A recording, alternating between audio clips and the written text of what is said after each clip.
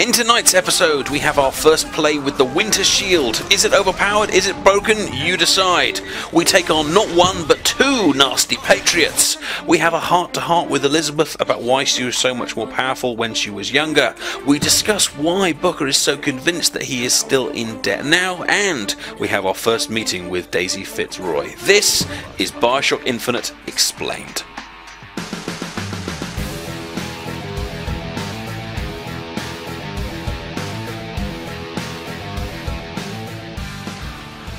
Greetings and welcome back to Let's Play Bioshock Explained Part 10. As I mentioned in my previous video, we've been doing a little bit of gear farming, not for the purposes of exploiting, but for the purposes of maybe experimenting with some different gear builds as we go through, which I'm sure you will find interesting.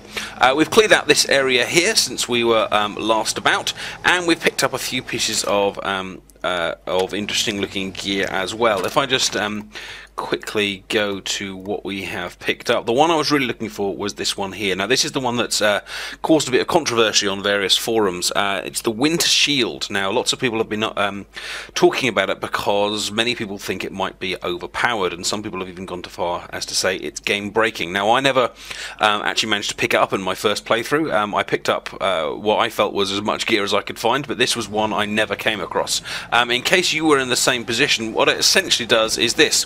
When you jump onto a Skyline, you go invincible for about, I don't know, 5 seconds, and when you jump off, you go invincible as well. So look, if I just jump on there, you can see, look at my health. See, I've got that that freeze around it, so I'm invincible, I'm invincible, I'm invincible, I'm invincible, I'm invincible, then it goes to halfway, and if I reattach, I'm back invincible again. So some people have argued that you can, by kind of careful jumping on and off of Skylines, you can basically perpetually make yourself invincible in the game. Let's just see how that kind of looks in practice. If we jump ourselves down here, we can see the invincibility going on and off.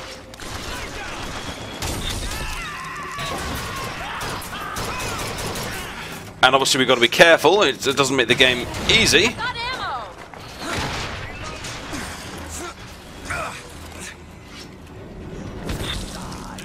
But the potential for abuse, I'm sure you can see, is there, especially when, ow, fighting one of the bigger bosses perhaps.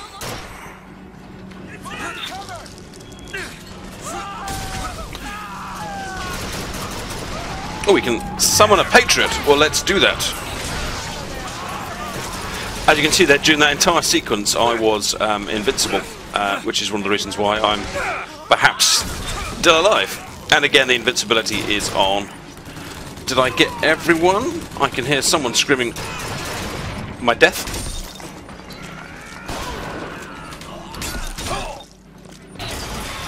Ow! They're all gone. Well, perhaps it doesn't still make the game easy, as you saw from my... whoa! That was scary. Hello, Mr. Patriot. But that's the gear that some people have been complaining about. If you're a lot better at it than me, obviously that was my first kind of attempt with it, you can stay invincible for quite long periods of time. And you can use that to your benefit. On the other hand, we are playing in 1999 mode, so it is going to be a trickier bit of gameplay, so I'm not going to be above taking the advantage where we might possibly need it. Anyway, let's carry on down. Oh dear, we're out of ammo on that one. So, to go back to the plot, we have just finished off Monsieur Slate, and we're heading back with the... with our electrics to try and activate the route to the Lady Comstock balloon. We're still enjoying our possession, which we shall use and abuse to kind of keep... Ow, ow, ow, ow, ow. Fireman! Why would you attack me?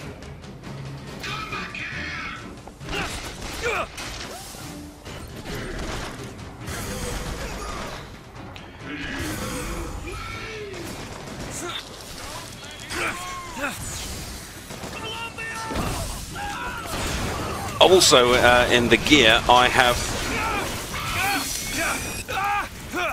had a bit look at some of the ones that you can activate as you jump on and off skyhooks.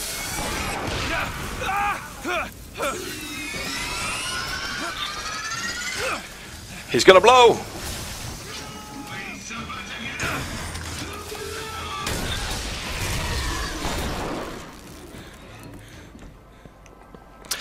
Yeah, we're thinking about kind of builds that we can use when playing Bioshock. From my experience in kind of role-playing games, it's always, well, nearly always best to specialise rather than kind of having a build that does a bit of everything. It's good to really push your build one way or the other. So in this particular case, this build is more or less about jumping on and off the Skyline. So we've got a good old electric touch, which, oh no, that's the 50% chance one. That's the one we want. No, it's not. It's that one. Electric Punch is the one we want. But the Winter Shield is 70% chance that... Sorry, Winter Shield is the one that gives me the invulnerability. Newton's Law knocks back nearby enemies when I land. And Firebird gives a huge amount of burn damage when I get there. So this is a Skyline build. We will chop and change as we go through and show some kind of variety. I'd like to kind of put together an explosive build at some point and things like that. But I just thought it would be helpful for us to kind of see the kind of things that we can do. There was one that I quite liked the look of if using this kind of build. If I go into the build again, I think it was down here. Yeah, Eagle Strike, increased weapon damage by 50% on Skylines. Thinking about some of the more powerful bosses, if I could hang off a hook, preferably while invincible, I could potentially have all the damage from any kind of weapons upgrades I've got, plus an extra 50% for carrying. My aim is true, as my eye is the prophet.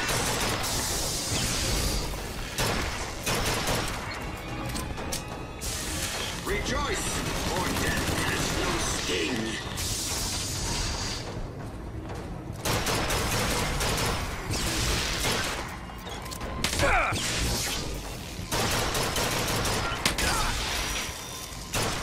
Okay, catch. Perfect timing. Don't die.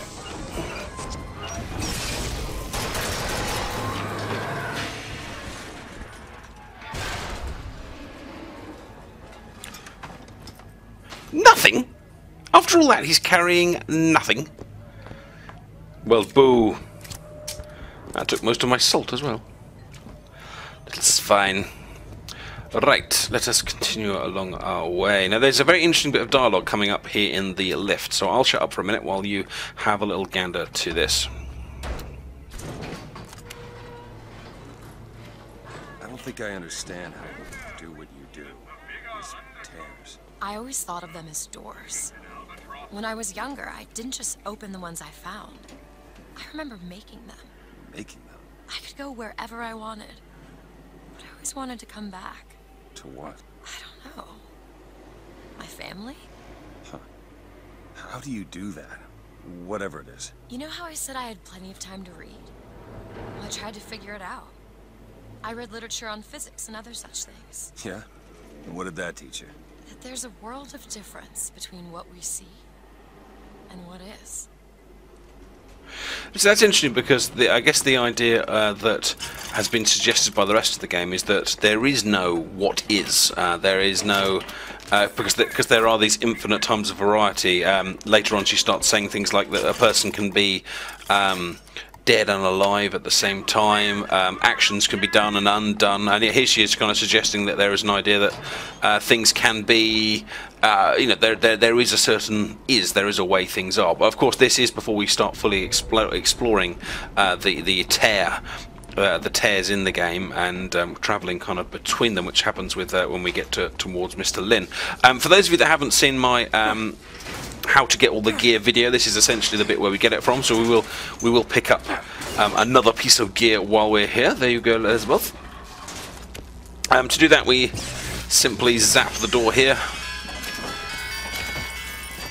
grab whatever is in there, and this is the magical piece of gear. Angry Stompers, when extremely low on health, deal 2 times damage. Might be quite nice for those panic type situations. Let's continue back for now. Obviously, in that particular speech there, she was also talking about the fact that she used to be a lot more powerful when she was younger. I think we can surmise from that that was before the siphon was put in place, and the siphon which is siphoning off her special powers, and it's only at the end when the siphon is destroyed that she is restored to that kind of powerful state. Of course, she is more powerful at that particular time because she is post-puberty. If you remember, we talked about in a previous video that her powers drastically increase when she hits puberty. So at the end of the game is the... Oops. See ya! At the end of the game is the only time she has that kind of combination of being older and not controlled by the siphon. Now, in here we have a rather distressing scene, perhaps one of our first meetings of the Vox, but this in case we have some dead members of the Vox, but we do have a Voxophone here, which is going to be interesting, and I'm wondering whether this one will have some relation to the DLC at some point. But let's just have a little listen. First, the clues in the cowboy hat who it's from, but let's listen first. Old Preston is a sporting man, Miss Fitzroy. I won't steal up on you while you slumber like these Vox boys here with their pig stickers. That's one scalp to me. That's two. Now when you hear this, I want you to square your affairs and come die in the side of the poets. You'll need a white man's weapon. Give this a try. And we've got a little pistol here. Now, this is Preston E. Downs, cowboy hat, knife, kind of a cowboy-style guy. We picked up a Vox phone from him. I'm not sure we ever actually listened to it, but right at the start, where we first came out of those Vox-supporting family, there was like a weird kind of carnival thing with sheep and bears and on it. And if you listen to the Vox phone there, that gentleman there, Preston, talks about being hired by Comstock to trace down Daisy, and as you can see here, nice dry Fitzroy and various bits of kind of gore going on. Ooh, health kit, thank you very much. And Preston is at this point is kind of completing the mission he's been set. He's taking down the this ambush, which we can assume that this was perhaps Fitzroy's house, maybe, or a place where she was hiding out. And some sort of fight has taken place, and Preston has taken down these two guys, and he is very much on track to take down Daisy at some point. However, as we will find out, that isn't what eventually occurs, and he eventually ends up leading the Vox after Daisy's demise. Although we never actually kind of meet the character and we never see the end of the character, so I wonder if he will come back in the DLC at a future point. Now, where are we heading to? We are going backwards. Yes, we need to go to the...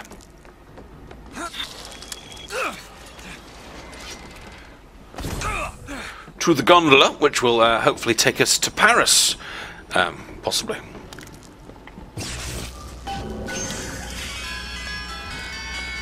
Well, let's pull the lever and let whatever is about to happen. The gondola's coming. Indeed. That sound that a gondola makes. He will abandon you, my sweet Elizabeth. Once he has what he needs, he will leave you alone. Silence, Comstock. What else could you expect from a liar and killer of women? Comstock. Father, prophet, whomever you are, I'm leaving, and there's naught you can do to stop me. Oh, sweet child. That's where you belong.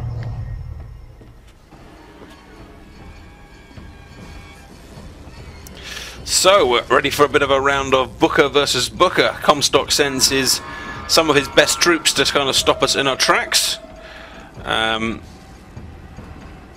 Rockets! Comstock is, of course, desperate.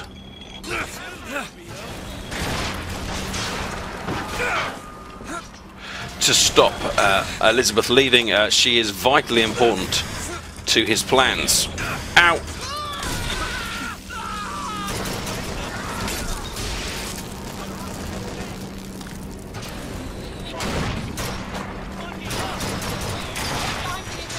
Whoops.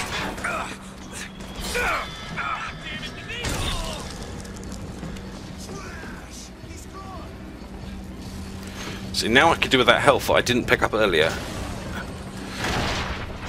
Oh, it's still there. Thank you very much. Who's left?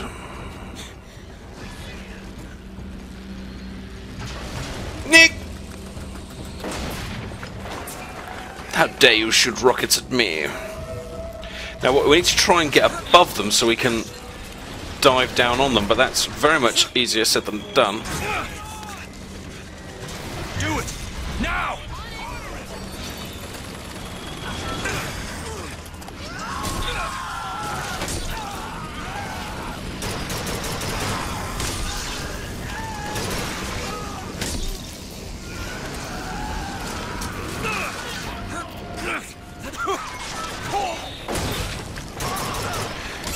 So by jumping on and off again there, we can use the that other method of kind of repeatedly charging down with fire and things. The other method you can use against these guys is something like this. Shoot them in the air and then send them flying. Oh dear, there's two of them. Bye.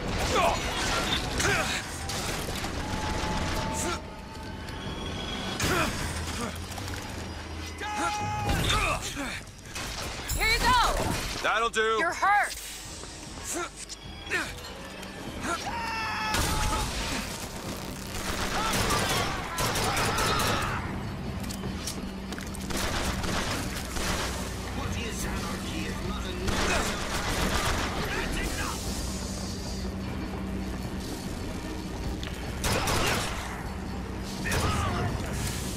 Got him. Any more? Any more?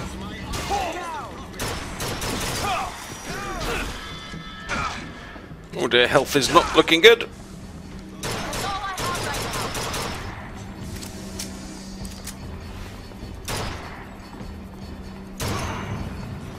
now. Ah, nuts, out of ammo.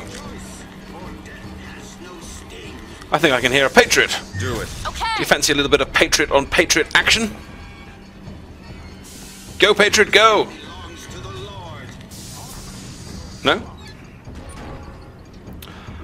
Our health is rather low. Ah, there we go, there's one.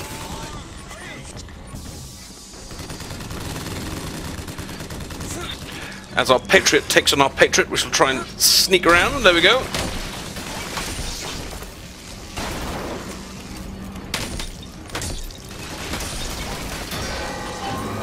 Aha!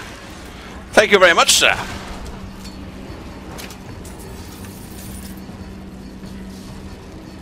Interestingly, although the handyman seems to be part organic and part man, or well, definitely is part man, you can see the man in it, and the bird, the songbird, is definitely part organic. The Patriots is 100% machine, which perhaps makes them a little bit more unique in terms of the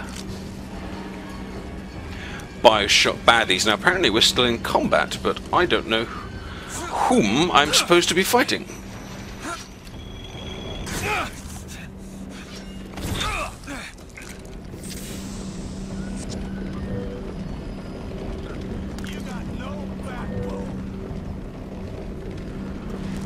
Microphone suggests they're over this way.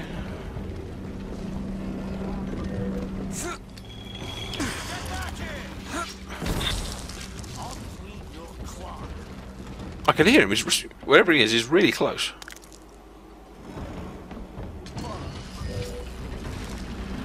He's not on the barge. Is he below me? Answers on a postcard. Where is the missing bad guy? You got no backbone. Did he glitch or something and fall through the level? Definitely sounds like he's really near. What about up higher? I'm sure it will be. Just come out and certain death me. I'll crush you like a bug. I'll clean your clock. Anyone else had a bug like this before? The case of the missing bad guy. I think it's unfortunately going to refuse to let me go. while he is still there. Glitch!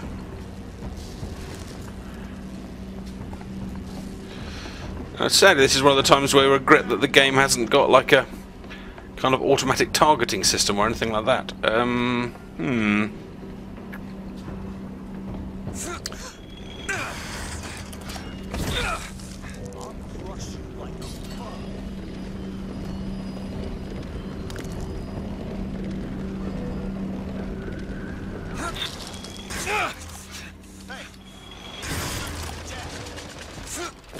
What about if I turn on the gun? There you go. Oh, there he is! Hello!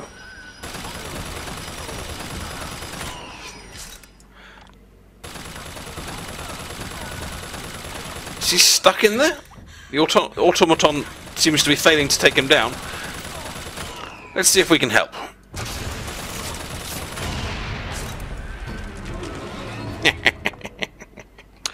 Cool, well, we found him in the end. All's well that ends well over there. Right, now we can go and catch our little gondola. Elizabeth, would you please do the honours with the lockpick? Those lockpicking skills to work. Oh, she always does. Come on, Elizabeth, this is not a tricky one. You can do it. Thank you kindly. Anything nice in here? Some money? A lockpick? A toolbox with nothing in it. Let's go travelling. I do love the way in these games, and indeed in the original Bioshock, that they get some wonderful vistas for us to travel past. Anna. I don't want to talk about that. I'm sorry. I shouldn't have pried. Where are you from, Mr. Twig? New York. What did you do there? Business much like this. Something that really caters writing on a resume. It was a fine thing you came along when you did. How do you think I ended up here? I gambled, and now I owe money to men you don't want to be in debt to. I come here to pay it back. Me busting you out. What do you think that was? Charity? Who sent you? Somebody who was willing to take my marker in exchange for you. Now this is an interesting bit of dialogue because Booker is confused. He has a mixture of real memories and invented memories caused by kind of crossing over between dimensions. Remember, Booker is not from this dimension or this multi-universe. He is from another one, and his debt is actually from the past. He was in debt. He was in debt about 20 years ago. Gambling debts, drug debts, alcohol debts, whatever they are. He was massively in debt, and he sold Anna, otherwise known as Elizabeth, standing in front of us here, to pay those debts. He paid the debts off 20 years ago. Comstock paid them off. He essentially sold Anna, who is now Elizabeth, to pay those debts. He is no longer in debt, so although he thinks he is here to try and pay a debt, in fact he isn't. That's his confusion. He's actually here to try and get his daughter back. Nothing more kind of sinister than that. But in between travelling from one universe to the other and kind of meeting his former self, he's got his memories all twisted up, and he's I like that, twixt up, and he kind of thinks he's here for one reason when actually he is here for another. The game also perhaps gives a slight, I don't know, I think it deliberately throws you the other... Oh dear. I think it deliberately throws you the wrong way. I think one is kind of expected to think that Anna is perhaps a wife, but she's not. She's a daughter. Oh, I did pick up some ammo. That could be useful.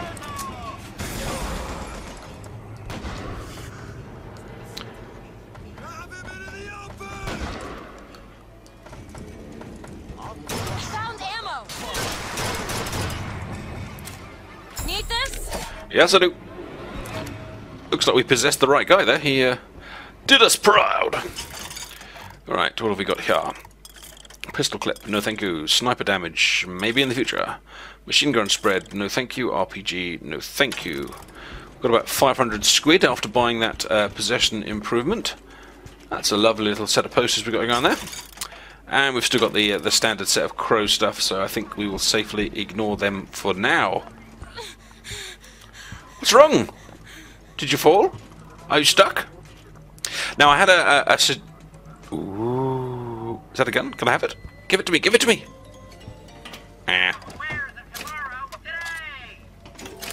had a suggestion in the comments section on one of the previous videos that we should try, where possible, to have a good listen to what some of the henchmen say when they don't know that you're around.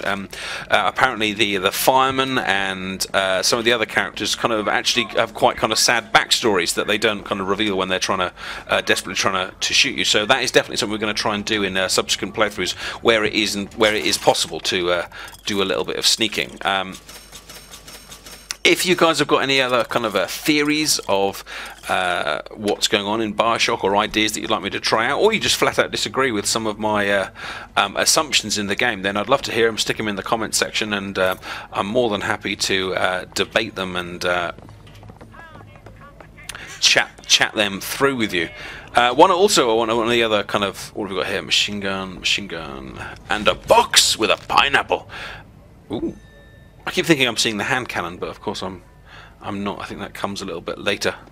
The false shepherd with the note the AD on the hand, which is of course our hand.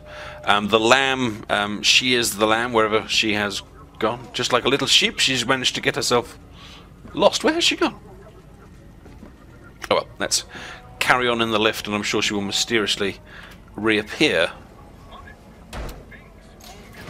Oh hi. So, looks like they call you the false shepherd. That's me. The lamb. Let's not call each other that. Why not? It's me. You're a bad girl. I know you'd be coming. Either they've got a prophet on their side, Which they do. or them that hired me also wrote the signs. Why? Got me. Which is an interesting kind of combination, really. Hired by Lutice, who was originally kind of hired by Comstock in the beginning. Lovely little kind of... We're about as high as we get in terms of the city now before it all goes wrong. Although, interestingly, I think they might have doubled up here, because if we look across there, we've got a kind of Ferris wheel and 2 layers of city, and we look across here, we've got another Ferris wheel next to a bird. So I think...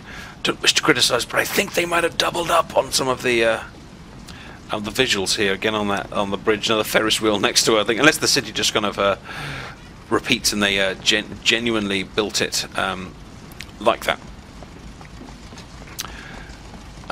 Another lovely statue celebrating Mr. Comstock.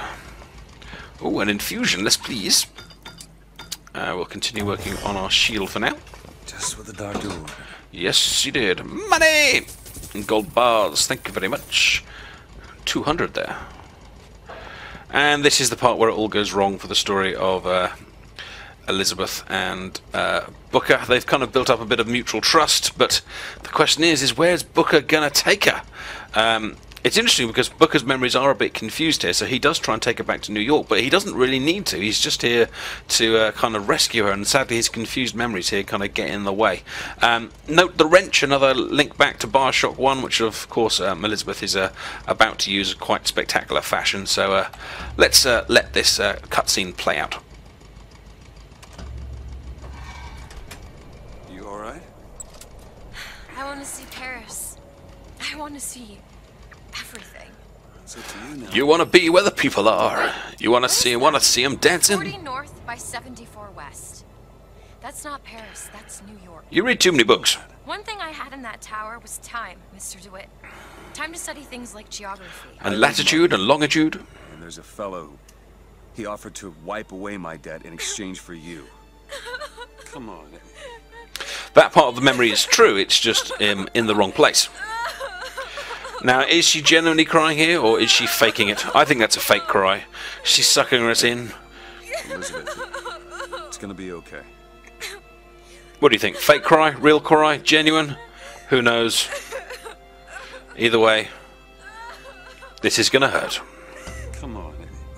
Everything's gonna be okay. Will you just turn around and talk to me, and we can... Well, we can take out firemen, we can take out handymen, we can take out patriots, but an angry woman with a wrench, ho-ho! That is too much.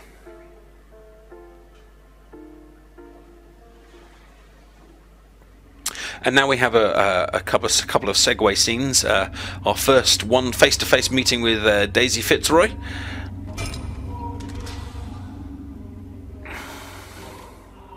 A meeting with the Vox. And we start to genuinely see the underbelly of Columbia rather than the paradise, which is more commonly shown to guests such as ourselves. And here they are. Now, one interesting question that could be asked here is, well, where did Elizabeth actually take us? How did the Vox get on here? Did Elizabeth deliberately contact the Vox because she believes them to be the future? She wants to run a Comstock. Was it just a complete accident as she just headed one way and kind of run into them in some way? We heard that video earlier. There's another view of the handyman, not looking very happy. So you're this false shepherd we've been hearing so much about. That's me. Caused a mess of trouble after raffle. I picked number 77. It was meant to be. Nothing but. I got no quarrel with you or your Vox Populi. This is my airship you're hanging me out of, and I got perilous need of it. Really? Because it sure look like old Comstock's airship to Listen, me. I ain't looking for a fight. There's already a fight to win. Only question is, which side you on? Both. Comstock is the god of the white man, the rich man, the pitiless man. But if you believe in common folk, then join the Vox. If you believe in the righteous folk, then join the Vox. My ship. And the Vox shall give her to you. But first, you must help the Vox. Down in Finkton, there's a gunsmith who can supply weapons to our cause. Get our guns from him, and you shall have your ship back.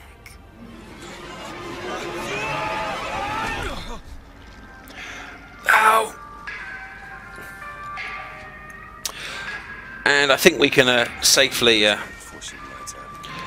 suggest that this is one of perhaps the next act in the game.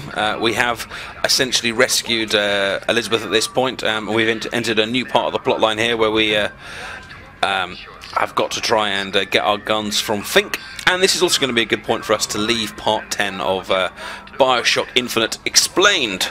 Thank you very much for watching. Please like the video and subscribe to the channel if you have enjoyed what you have seen. And I look forward to seeing you in part 11, or indeed in many other of my tutorial or Let's Play videos. Take care, and I'll see you soon. Bye bye.